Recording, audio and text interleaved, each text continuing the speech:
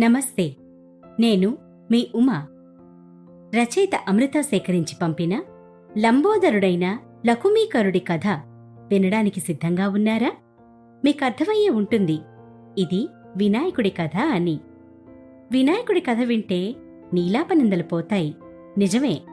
కాని ఆయన కథ గురించే కాదు, వినాయకుడి గురించి తెలుసుకున్నా ఎన్నో నేర్చుకోవచ్చు.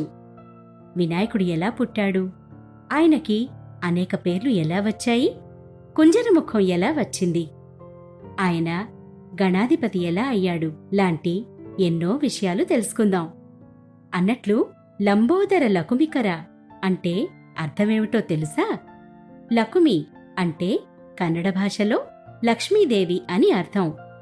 లంబోదరుడు లక్ష్మీ కటాక్షాన్ని మాత్రమే కాదు, సిద్ధిని, బుద్ధిని, జ్ఞానాన్ని కూడా ఇవ్వగలిగే దివ్య ప్రదాత.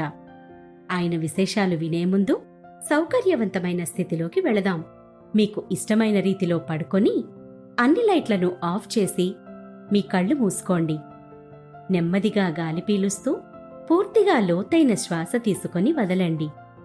ఈ ప్రపంచాన్ని, ఇవాల్టి జ్ఞాపకాలను మెల్లగా పక్కకు నెట్టి నిద్రలోకి క్రమంగా జారుకొనే సమయమిది. మరోసారి నెమ్మదిగా గాలి పీలుస్తూ లోతైన శ్వాస తీసుకొని మీ శరీరంలోని ఒత్తిడిని బయటకు వదిలేయండి.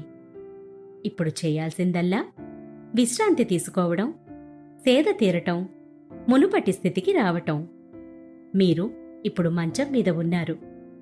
రోజువారీ అలసట నుంచి మీ శరీరం విశ్రాంతి తీసుకుంటున్నట్లుగా మీకు అనిపిస్తుంది.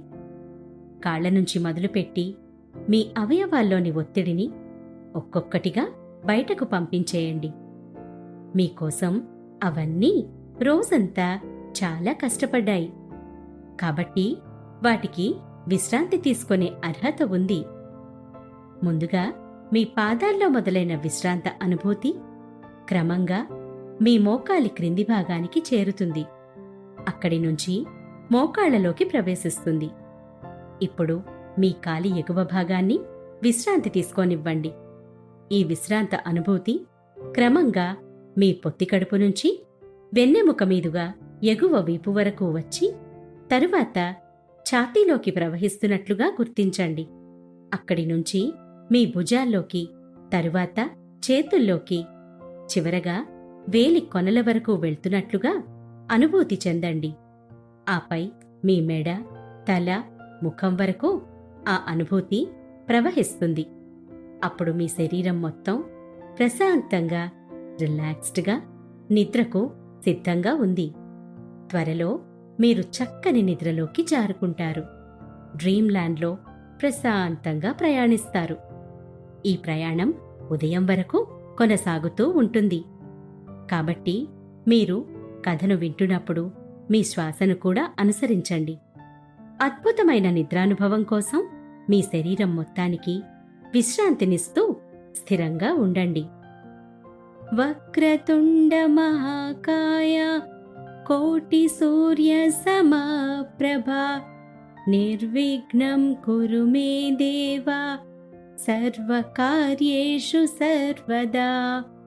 అంటే వంకరతొండము కలవాడవు, విశ్వమంతటినీ నీలో ఇముడ్చుకున్న శరీరము కలవాడవు, కోటి సూర్యుల కాంతితో ప్రకాశించువాడవు.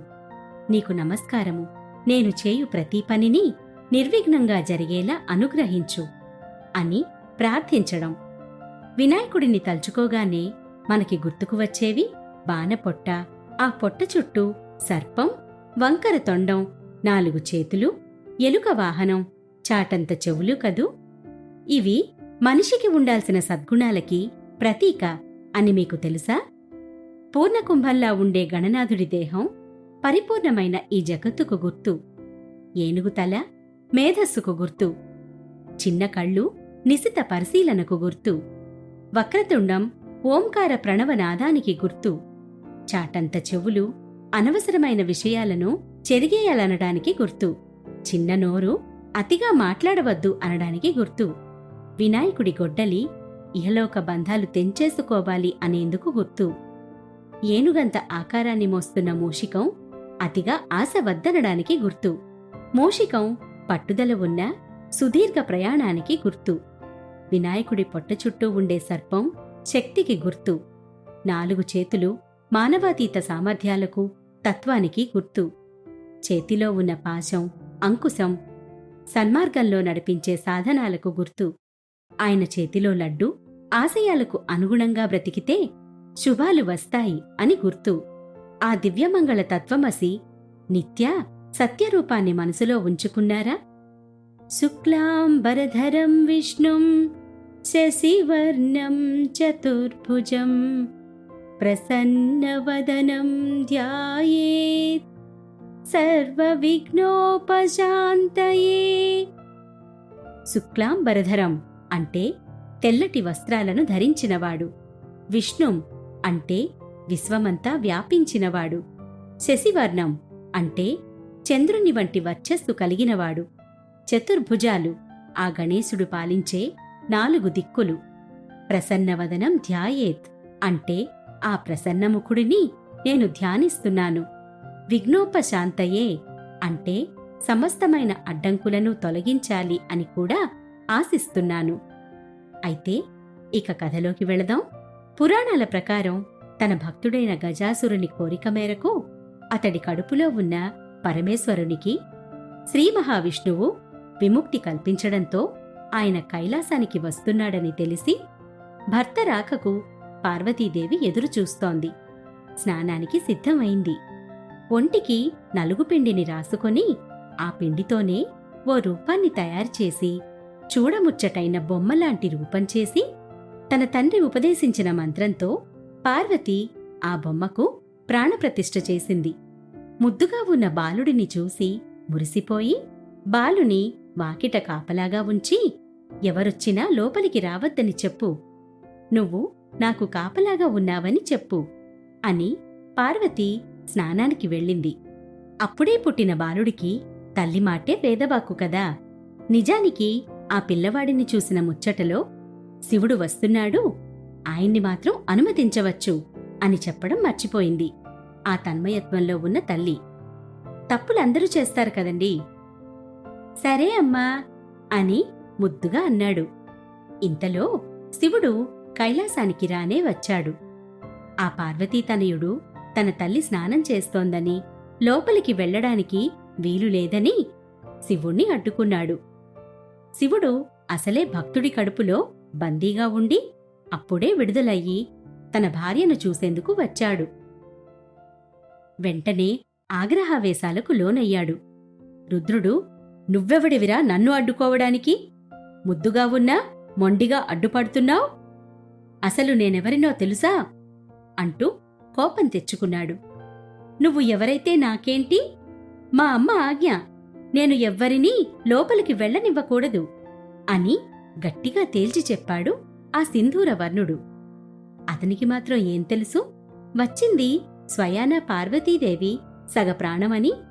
చేతిలో త్రిశూలం, వంటి నిండా బూడిదా ఉన్నవాడిని చూసి తన తల్లికి హాని చేస్తాడేమో అనుకున్నాడు పాపం. ముక్కంటి తిక్కశంకరుడు ఇక ఆ పిల్లవాడి వాదన వినలేక ఆ బాలుడి శిరస్సును తన త్రిశూలంతో ఖండిస్తాడు. అలాంటి పని చేయడం తప్పని శివుడికి మాత్రం తెలియదు అనుకున్నారా? అక్కడ ఇంకో రహస్యం ఉంది. బ్రహ్మ వైవర్త పురాణంలో గణేశాకాండ ప్రకారం ఓసారి సూర్యుడు మాలి, సుమాలి అనే రాక్షసులను చంపబోతాడు. కాని వారు శివభక్తులు. తన భక్తుల జోలికి వచ్చిన సూర్యుణ్ణి హతమార్చబోతాడు శివుడు. ప్రపంచంలో వెలుగుపోతుంది. మీకు వామనావతారం కథలో చెప్పినట్లు దేవతలు, రాక్షసులు కశ్యపుడి బిడ్డలే. అయితే సూర్యుడిని శివుడు చంపబోతుండగా అడ్డుపడి, శివా, ఈ ప్రపంచానికి వెలుగునిచ్చే ఆదిత్యుడిని చంపబోతావా?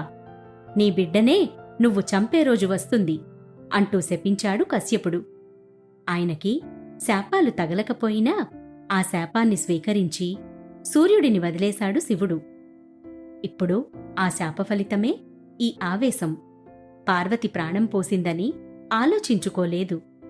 సుతుడన్న మతిమరిచి శూలంతో మెడ విరిచేశాడు. బాలుడి అరుపు విన్న పార్వతీదేవి జరిగిన ఘోరం చూసి కన్నీళ్లు పెట్టుకుంది. ఓ కవి చెప్పినట్టు, ప్రాణపతినంటుందా పిట్టగతి కంటుందా, ఆరెండు కళ్లలో అది కన్నీటి చితి, కాలకూటం కన్నా ఘాటైన గరళమిది, గొంతు నులిమే గురుతై వెంటనే ఉంటుంది. అయ్యో, నా వలన ఏమైనా తప్పు జరిగిందా? నా వల్లే పాపం పిల్లవాడు తల తెగి పడున్నాడే అని బాధపడుతున్న పార్వతిని అర్థం చేసుకున్న ఆవిడ పెనిమిటి, గజాసురుడు అనే రాక్షసుడు నా భక్తుడు. ముక్తి కోసం ఏనుగు తల పెట్టుకొని తిరుగుతున్నాడు. ఆ తలని ఇతనికి తగిలిద్దాం తెమ్మని నందీశ్వరుణ్ణి పంపాడు. అలా గజముఖుడి శిరస్సును తెప్పించి ఆ బాలుడికి అతికించి ప్రాణం పోసి గజాననుడు అని పేరు పెట్టి, అప్పటివరకు ఆదిశక్తిలోని శక్తి ఉన్న బాలుడికి తన తేజస్సుని కూడా పంచాడు శివుడు. అలా పార్వతీ పరమేశ్వరుల శక్తి పంచుకున్న కుంజరముఖుడు అంటే ఏనుగు ముఖం కలవాడు శక్తి సామర్థ్యాలను ప్రదర్శించేవాడు. అవి పరిశీలించి గణాధిపత్యం కట్టబెట్టాడు శివుడు. అలా గణాధిపతి గణపతి అయ్యాడు. ముష్ అనే శబ్దమూలానికి దొంగ అని అర్థం. ఎలా అయితే ఎలుక ఇంట్లోని వస్తువులన్నింటినీ తన కలుగులోకి తీసుకువెళుతుందో, జీవుడు విషయవాంఛలన్నింటినీ గుండెగుహలోకి తీసుకువెళ్తుంటాడు. అలాంటి జీవుడనే ఎలుకపై అధిష్ఠించి ఉన్న ఈశ్వర చైతన్యమే మూషిక వాహన గణపతి. గణాలకు అధిపతి కావాలంటే ముందు గణాల గురించి తెలియాలని లోకజ్ఞానం కోసం పాదయాత్ర చేసిన నాయకుడు వినాయకుడు. గణపతికి సిద్ధి, బుద్ధి అనే భార్యలు, క్షేముడు, లాభుడు అనే కుమారులు ఉన్నట్లు కథనాలున్నాయి. ఇక్కడ భార్యలంటే శక్తులు, పుత్రులంటే ఆ శక్తి ద్వారా ఉత్పన్నమయ్యే ఫలాలని అర్థం. పనిలో కౌశలం బుద్ధి, దానితో సిద్ధించేది సిద్ధి. వీటితో పొందే ఫలాలు క్షేమం, లాభం. ఇలా అర్థం చేసుకున్నప్పుడు బ్రహ్మచారి అయిన గణపతి భార్యాబిడ్డల వెనక ఉన్న తత్వం బోధపడుతుంది. గణాలకి అధిపతి అయ్యాక దేవతలు, మునులు కైలాసానికి వచ్చి పరమేశ్వరుని సేవించి విఘ్నములకు కూడా అధిపతిగా ఒకరిని నియమించాలని కోరారు. గజాననుడు తన జ్యేష్ఠుడని ఆధిపత్యం ఇవ్వబోయాడు శివుడు. గజాననుడు మరుగుజ్జువాడు, అనర్హుడు, అసమర్థుడు. కాబట్టి నేను ఆధిపత్యం స్వీకరిస్తాను అన్నాడు కుమారస్వామి.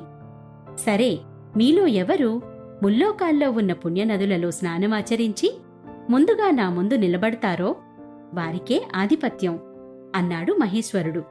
ఆ తర్వాత మనకి తెలుసు, కుమారస్వామి నెమలివాహనమెక్కి వాయువేగంతో వెళ్ళిపోయాడు. కాని గణపతి శివుడి దగ్గరకు వెళ్ళి, తండ్రి, నా సమర్థత తెలిసి కూడా మీరు నాకు నెమలివాహనుడితో పోటీ ఎలా పెట్టారు అని అడిగాడు.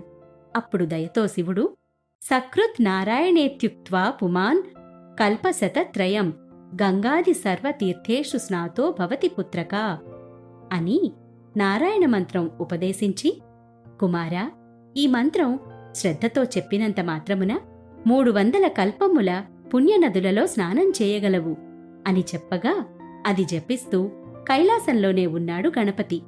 కుమారస్వామి వెళ్లిన అన్ని పుణ్యనదుల దగ్గర స్నానం చేసి కనిపించాడు గణపతి. గణపతిని తక్కువ అంచనా వేసినందుకు తండ్రి దగ్గరకు వెళ్లి ప్రణమిల్లి, తండ్రి, అన్నగారి మహిమ తెలియక తొందరపడ్డాను, క్షమించండి. తమ నిర్ణయం ప్రకారం ఆధిపత్యం అన్నగారికే ఇవ్వమని ప్రార్థించాడు. అలా భాద్రపద శుద్ధ చతుర్థి నాడు విఘ్నాలన్నింటికీ కూడా అధిపతి అయ్యాడు వినాయకుడు. జై విఘ్నరాజం భజే. ఆనాడు సర్వదేశస్థులు తనకు భక్తితో సమర్పించిన ఉండ్రాళ్ళు, కుడుములు, అప్పములు మున్నగు పిండి వంటలు, టెంకాయలు, పాలు, తేనె, అరటిపండ్లు, పానకము, వడపప్పు, పండ్లను సుష్టిగా తిన్న వినాయకుడు నడవడానికి ఇబ్బంది పడుతూ కైలాసం చేరుకున్నాడు. వినాయకుని అవస్థలు చూసిన చంద్రుడు పక్కుమని నవ్వాడు. రాజదృష్టి సోకితే రాళ్లు కూడా గుజ్జుగుజ్జు అవుతాయని అన్నట్లు చంద్రుని దృష్టి సోకి గణపతి ఉదరం అంటే కడుపు పగిలి అందులోని ఉండ్రాళ్ళు, కుడుములు బయటకు వచ్చి చలనం లేకుండా పడిపోయాడు. అప్పుడు ఆగ్రహించిన పార్వతీదేవి, పాపాత్ముడా, నీ దృష్టి సోకి నా కుమారుడు అచేతనంగా పడి ఉన్నాడు. కాబట్టి నిన్ను చూసినవారు పాపాత్ములై నీలాపనిందలు పొందుదురుగాక అని శపించింది. పార్వతీదేవి చంద్రుని శపించిన సమయంలో సప్తఋషులు భార్యలతో కలిసి యజ్ఞం చేస్తూ అగ్నికి ప్రదక్షిణం చేస్తున్నారు. అగ్నిదేవుడికి ఋషిపత్నుల మీద మోహం కలిగింది. భర్త కోరిక తెలుసుకున్న అగ్నిదేవుని భార్య ఋషుల భార్యల రూపంలో అగ్నిదేవుణ్ణి చేరింది. అగ్నిదేవునితో ఉన్నది తమ భార్యలేనని భ్రాంతి చెందిన ఋషులు తమ భార్యలను విడిచిపెట్టారు. శాపగ్రస్తుడైన చంద్రుని చూడడం వల్లనే ఋషుల భార్యలకు ఇలాంటి తిప్పలు, నీలాపనిందలు వచ్చాయని దేవతలు గ్రహించారు. వీరందరూ బ్రహ్మదేవునితో కలిసి కైలాసానికి వెళ్లారు. చలనంలేని గణపతికి బ్రహ్మదేవుడు తిరిగి ప్రాణం పోశాడు. తర్వాత పార్వతీదేవితో, అమ్మా, ఆదుకోవాల్సిన తల్లివి, నువ్వే కనికరించకుండా ఇలా శాపాలు ఇస్తే చంద్రుణ్ణి చూసిన వారి గతి ఏం కాను? ఇప్పుడు ఋషుల భార్యలు చేయని తప్పుకు నిందల పాలయ్యారు. ఆ శాపాన్ని ఉపసంహరించుకో తల్లి అని అడగగా పార్వతీదేవి శాపాన్ని తిరిగి తీసుకోకుండా కాస్త సవరించింది. అసలే ఆవిడ ముద్దుల బిడ్డ మళ్లీ మళ్లీ ప్రాణాలు కోల్పోతున్నాడు కదా. ఏ రోజున చంద్రుణ్ణి చూసి నవ్వాడో ఆ రోజున చంద్రుణ్ణి చూడకూడదు అని శాపాన్ని సవరించింది. ఆ రోజు నుంచి అందరూ భాద్రపద శుద్ధ చవితినాడు చంద్రుణ్ణి చూడకుండా జాగ్రత్తగా ఉండి అపనిందలు ఎదురవ్వకుండా ఉన్నారు. అందుకే ఏ పని చేయాలన్నా విఘ్నం జరగకుండా ఉండాలంటే ముందు గణపతికి పూజ చెయ్యాలి.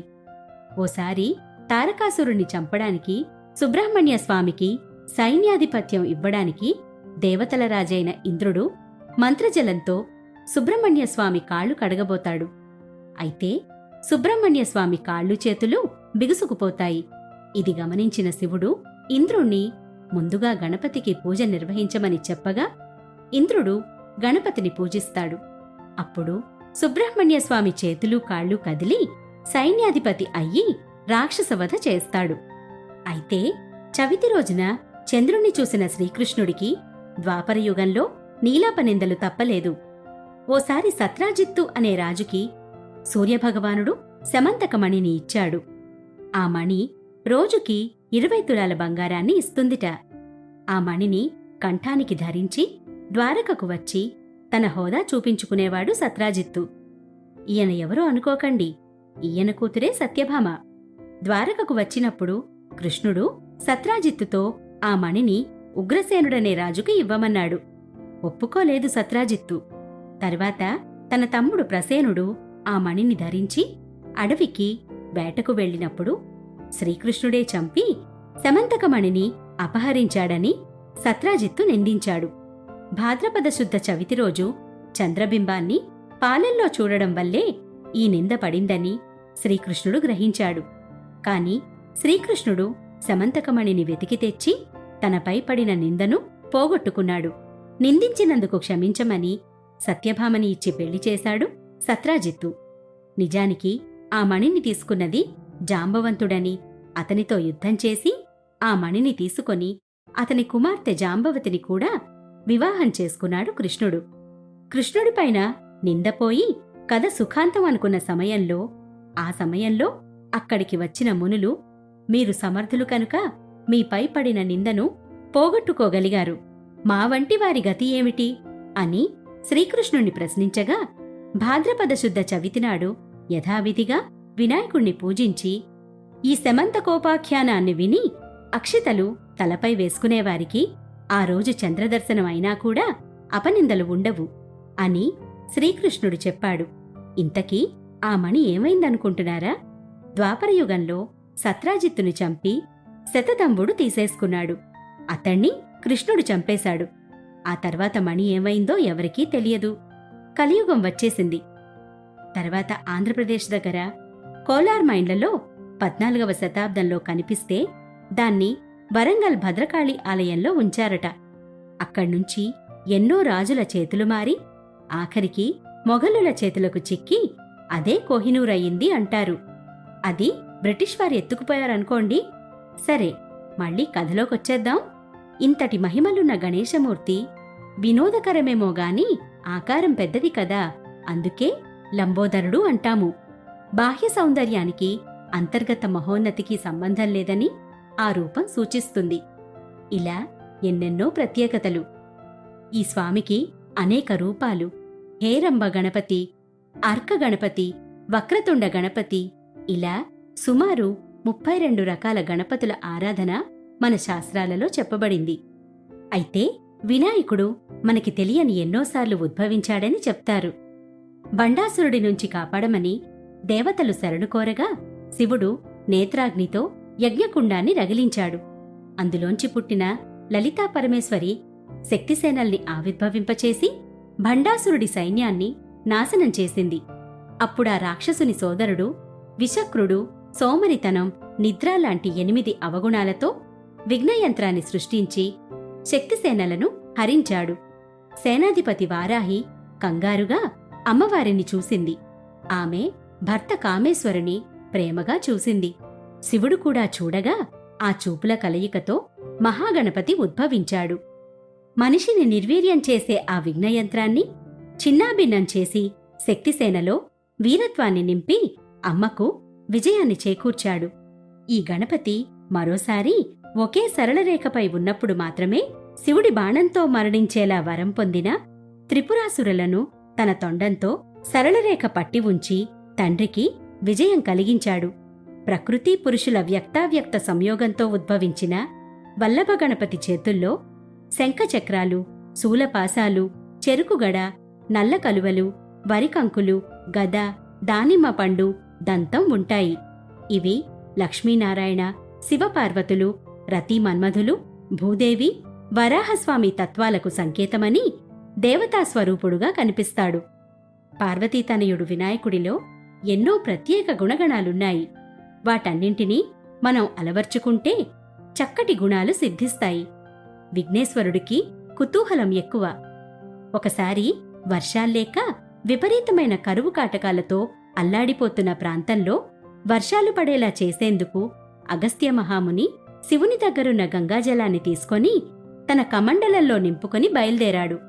విశ్రాంతి తీసుకుందామని ఓ చోట కాసేపు పడుకున్నాడు. ఇంతలో ఆ కమండలంలో ఏముందో తెలుసుకుందామనుకున్నాడు గణేశుడు. తన కుతూహలం కొద్దీ కాకి రూపంలోకి మారి దానిపై వాలాడు.